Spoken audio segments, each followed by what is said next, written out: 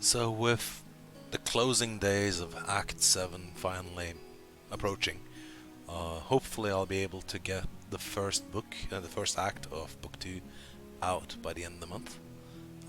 I'm guessing another week plus to reach the end of content, and then another week, 2 weeks, cleaning up things, adding side events, etc. But hopefully the build counter will tick over to 0.1.0 sometime this week. Um, the first act is planned as 19 days, so starting where Act 6 ended, day 115, and continuing to day 134.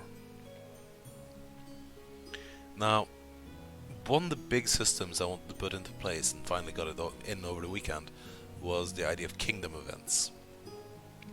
And kingdom events I stole more or less wholesale from Pathfinder Kingmaker, and they have this idea that as the game progresses, new opportunities will come in for you. In this particular case, I'm going to look at Treasures of Malgareth, which is a slight spoiler, but if you look at the event, this is an Emily event, so that means Emily can only take one event, and then she is otherwise occupied until she's done. So she couldn't do For the Horde at the same time she does Treasures of Malgareth. It's a 100% probability of success, which is good because this is kind of your booster pack of resources that's gonna kickstart your journey. And it costs 0 RP because you don't have any money at the moment.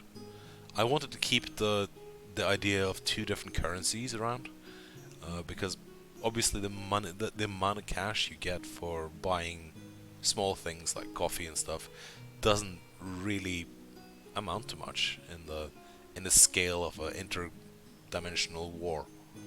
And so realm points are kind of like the currency for when you want to buy battleships, and pounds remains the currency for when you want to buy coffee.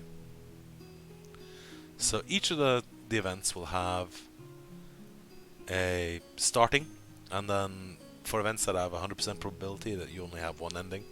For the ones that have, say, 60% probability, you have a good end and a bad end, where the person who's running this will talk to you and explain the idea and what's happening. And sometimes there's little bits of story pellets involved in that, which extends the universe and extends the characters themselves. This one's very simple because of obviously the first one. So that's it. I'll be adding these as I go along. Some will trigger from side quests, some will trigger from mainline quests, some will trigger from other ones of these ones that you complete this one, and now the next one will provide a new and exciting opportunity. Hope you liked it. That's it for now.